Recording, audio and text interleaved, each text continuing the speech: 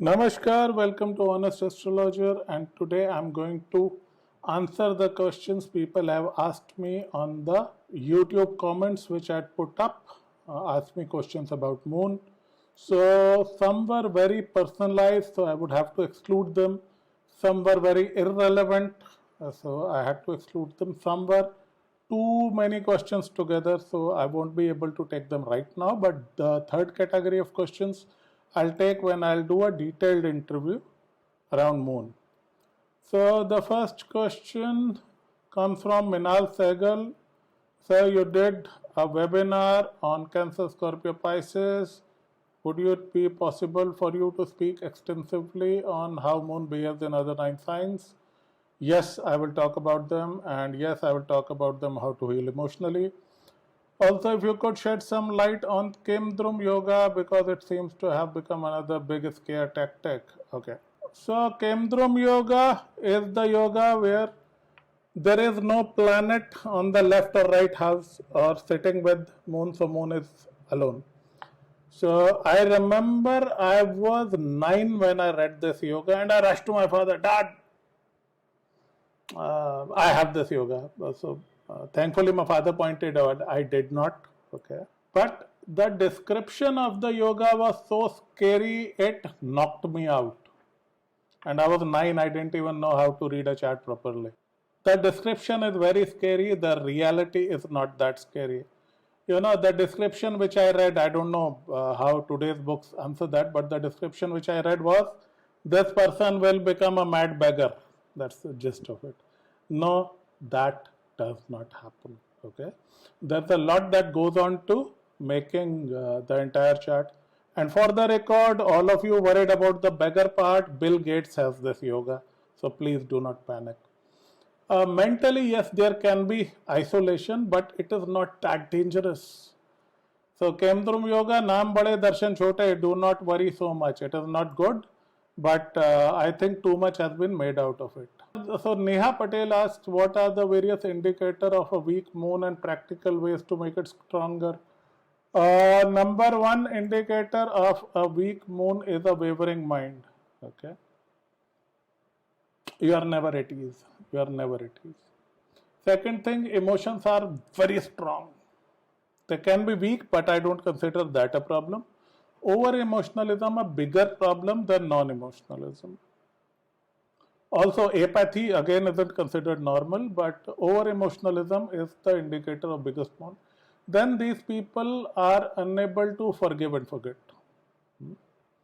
And of course, there can be certain mental illnesses ranging from depression to anxiety to apathy. We'll talk about it in stronger. I'll do an entire series on Moon. So, how to make it stronger? We will talk about remedies, but one quick remedy is to worship Shiva. Offering milk and water to Shiva Monday and Saturday. Why Saturday? There's a long reason, we'll talk about it. And be kind to children. Utkarsh, my friend, you have sent me so many questions. I cannot answer them in one go, but I will definitely combine and answer them in my future sessions. So you asked more than 10 questions. As much as I like you, I can't answer them here. Okay, good question by Pankaj Gosavi. Between moon and sign and ascendant sign, which one has more impact on personality? Ascendant. Look, moon sign is your inner self. Moon sign is who you are emotionally. But what you look and how you behave in most of your life is usually determined by ascendant. So you can have a tough ascendant. Let's say you have a Scorpio ascendant with the first house Mars, you'll look like this big tough man. But you have a Cancer moon with Rahu, you'll get intention like this. So that's how it happens. Moon Venus conjunction, I've already talked about it and I will take it up. It is one of the most troublesome conjunctions. A lot can be said about it, very little research has been done, and yours truly has been at the vanguard of Moon Venus research. But Moon Venus, I was one of the few astrologers online who yelled out this is a terrible, terrible combination, not a good one. So we'll talk about it in detail. Deepika Agarwal asked, I feel in marriage moon compatibility is the most important. What are your views on it? Pretty much yes. Okay. Because marriage is just not about two people living together, it is about two minds existing together. So I have often seen that moons are in harmony with the lovers. Okay, they are usually in the same element. And one very, very important sign I've seen in maximum charts of married couples, the moon sign of woman is the same as sun sign of the man. I repeat, moon sign of the woman is same as the sun sign of man. I have seen this yoga so many times. We will discuss why this happens. So I hope this one answers. Vish Yoga, does it have positive results? Okay, so on Vish Yoga, I will do a totally separate video. It is something that warrants a entire video dedicated to it. But Vish Yoga is not necessarily bad. Okay. What is Vish Yoga? Vish Yoga is found when Moon and Shani sit together, and it is troublesome for the native, and it is one of the biggest indicators of sannyas in a male chart. So for the record, Swami Chinmayananda had it, Swami Vivekananda had it. So it is not a happy combination, but I have seen some real achievers with this combination. So it can definitely hamper the personal life. It can choke a person's emotions. It can make a person a little brooding and pessimistic, or they can become really tough. But a lot depends on the overall chart. So definitely not an easy one to handle. But remember, when you drink Vish, you become Shiva. What is Shiva? The reverse of Vish. Think about it. Nishita Bhatia, hi Nishita, my child. Significance of role of the moon in Mahadasha. Okay, very good question. Being a Scorpio moon, I've lived Ketu MD and pains of lifetime, karmic retribution. Every moon sign, every one of the water moon sign is going to face Ketu Dasha in their life, usually in their prime. So it comes to make you detach from the moon. Remember, Rahu and Ketu are not nodes of Sun or Shani, they are nodes of moon.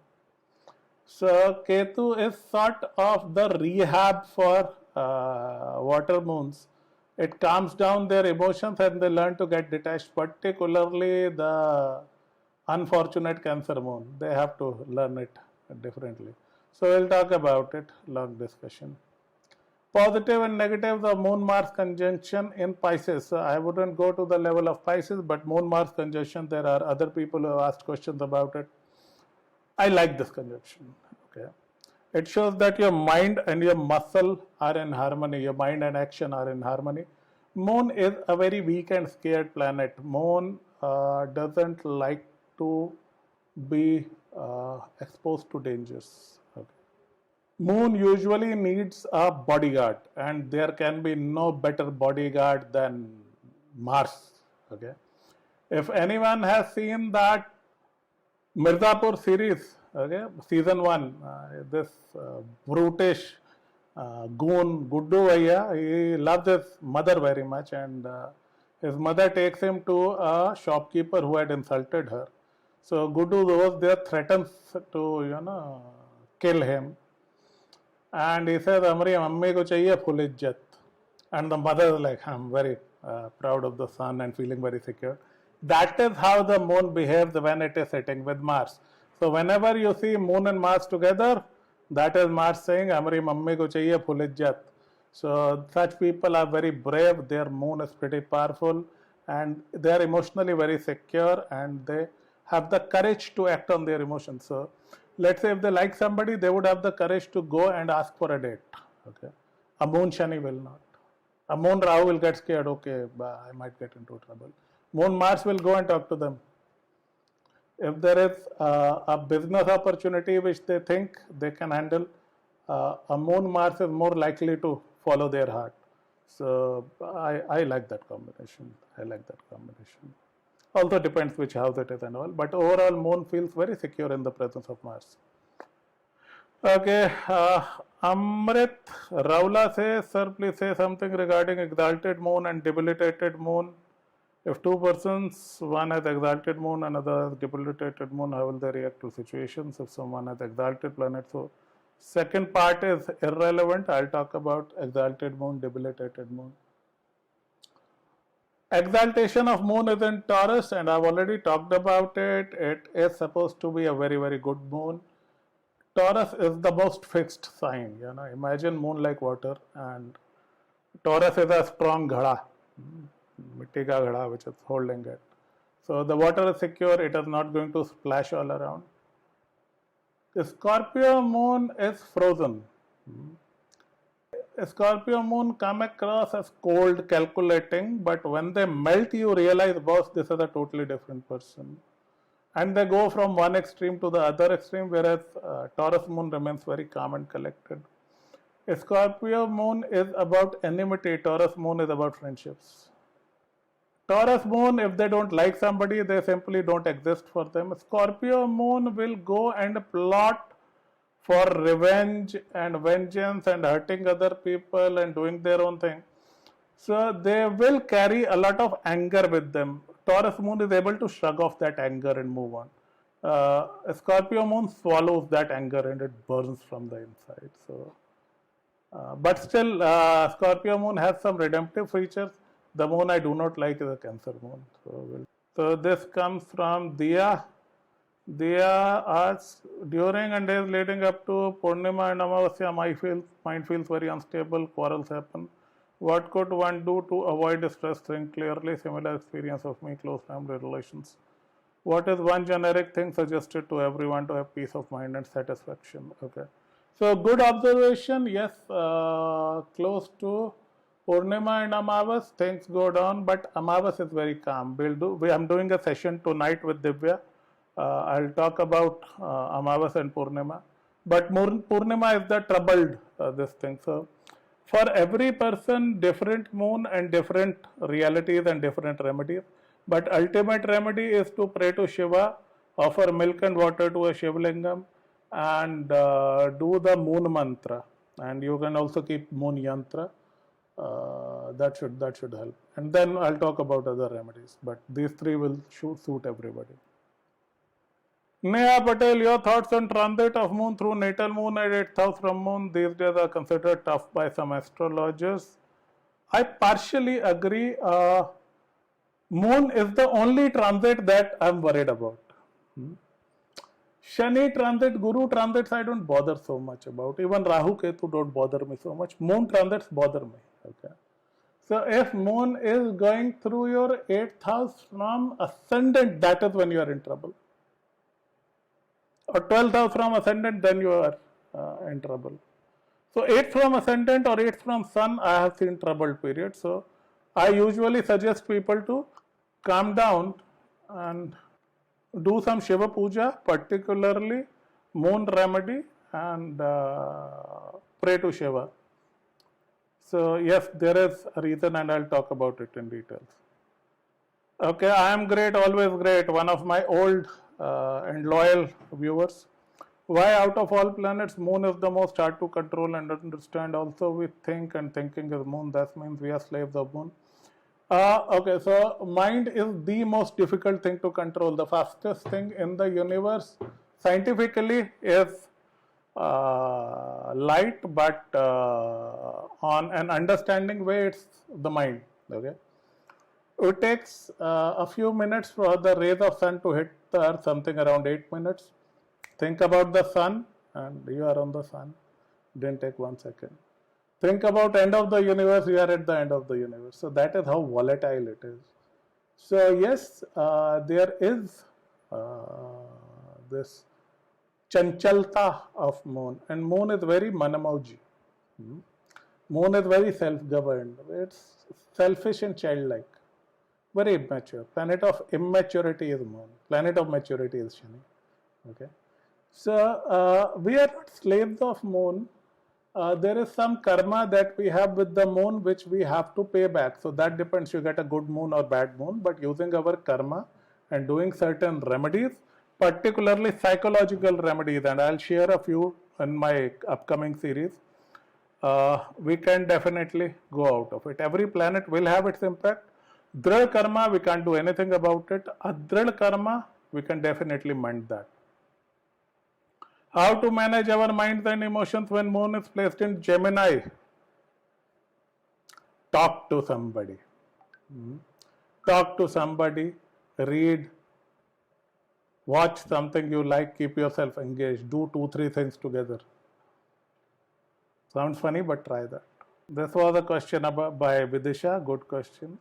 So I'll do an entire series on healing through the moon. Okay. Sharada, sir, I've observed Scorpio moon people are more strongly and put effort in anything. Cancer moon is very weak, especially in terms of turmoil, and Pisces too. Why? So Sharad, Cancer moon is a layered moon. I can talk about Cancer moon for 4-5 hours. Okay, I've suffered it for good 40-43 years. Scorpio moon is pretty focused, very one-dimensional. And remember, Scorpio, all said and done, is ruled by Mars. So they have this fighter, go-getter, hardcore energy, which allows them to be a daredevil. Scorpio moons are daredevils, despite the debilitation. Okay, unless there is a Rahu impact or a Shani impact, these people are very daredevils. Karka Chandrama has two sides. Okay, Kark is the most layered, most complicated sign of all. Kark has two sides. Kark, one side is a very giver, very sentimental personality, Pushya Nakshatra. On other side, it can be very daring, damaging, Ashlesha Nakshatra. So Karka Chandrama is a very difficult energy to handle, and we will talk about this in the coming series on Chandrama. So good question. Aditya Sharma, 12th house moon with Ketu, नींद नहीं आएगी आपको, you will not be able to sleep. So you need a lot of remedies, and I think you will have to stay away from your mother. Aishwarya Ghosh want to know about Sun and Moon conjunction, effect of Cancer moon if the person is born in new moon and full moon day. हम आज ही कर रहे हैं ये. Today we are doing that interview, should be up within 2 or 3 days. So we'll talk about it. Why Moon and Mars combo is known as Dhan Lakshmi Yoga? I think I've talked about the Moon Mars combo. So when your heart, your courage and your mind are in alignment, you are almost sure to succeed. So that's why. So next question is from Saurabh Avasthi. Do Amavasya moon is very bad? No, it is not very bad. I am scared of the full moon. The Poornima moon scares me. Amawas moon not so much. Moon in the 9th house gives ups and downs, never good stability. Not necessarily. Not necessarily. Moon in Cancer, Amavasya moon. Why do these people suffer emotionally, and remedies? I have a news for you. Moon in Cancer suffers, but Moon in Amavasya does not suffer so much. Moon in Poornima suffers the most. We'll talk about it. HMS asks, Moon in Capricorn, why niche? Although it is in watery sign, Moon also represents liquid, its good and bad effects, please. Okay, so first of all, correction, sir. Moon is niche in Vrishchik, Scorpio. It is not niche in Capricorn. And Moon is very bad in water sign. Remember, excessive water is not good. Moon needs stability, so he is happy in earthy signs. You are throwing water in flowing water, everything is a mess. Kahan gaya pata nahi. So in order to make water useful, it has to be controlled and stabilized. You have to drink water from a bottle. You cannot drink water from the sea. So we'll have discussion. So these were the questions which I found relevant. I hope this was helpful, and please keep watching for our upcoming moon videos. We will do a lot of them. Jai Chandra Dev. And most of all, I wish you a very Shubh Navratri. Jai Ma.